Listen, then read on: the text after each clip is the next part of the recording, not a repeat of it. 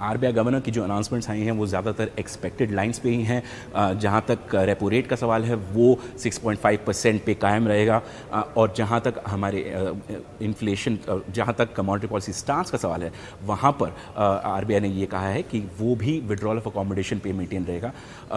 इस monetary policy announcement में एक और थोड़ी सरप्राइजिंग जो न्यूज़ आई थी वो आई थी इन्फ्लेशन फोरकास्ट के हिसाब से। तो वहाँ पे आरबीआई के एस्टिमेट्स के हिसाब से इस साल FY24 में इन्फ्लेशन 5.4% रहेगा।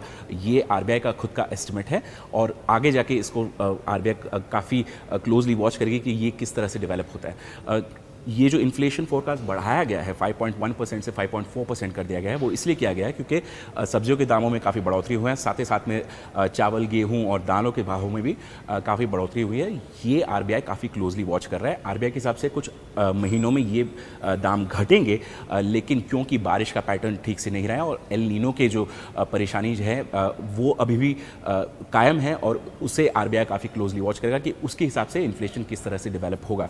साथ ही साथ में आरबीआई ने एक इंटरेस्टिंग इंस्ट्रूमेंट भी इंट्रोड्यूस किया है बैंकिंग सिस्टम के लिए, जो एक्सेस लिक्विडिटी है, जो बहुत ज़्यादा पैसा बैंकों के डिपॉजिट में पड़ा है, उसे बाहर निकालने के लिए, उसे सिस्टम से बाहर निकालने के लिए आरबीआई ने एक incremental CRR, incremental cash reserve ratio introduce किया है। कैश रिजर्व रेशियो जो है वो एक फैसिलिटी है आरबीआई प्रोवाइड करती है बैंक्स को, जहाँ पे बैंक्स अपने एक्सेस बैंक डिपॉजिट्स को पार्क करेगी, पर बैंक्स को उस पर कोई इंटरेस्ट नहीं मिलता है। तो इस इंक्रीमेंटल CRR में 10% का रिक्वायरमेंट है उन डिपॉजिट्स पे जो कलेक्ट किए गए हैं बिटवीन May 19 और July 28।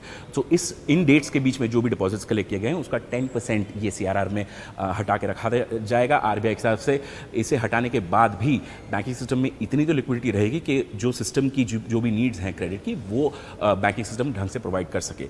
आरबीआई सितंबर 8 को इस इंस्ट्रूमेंट का एक रिव्यू लेगा और डिसाइड करेगा कि क्या इसे कंटिन्यू करना चाहिए या फिर वापस लेना चाहिए। ये डिसीजन सितंबर 8 तक ही आएगा।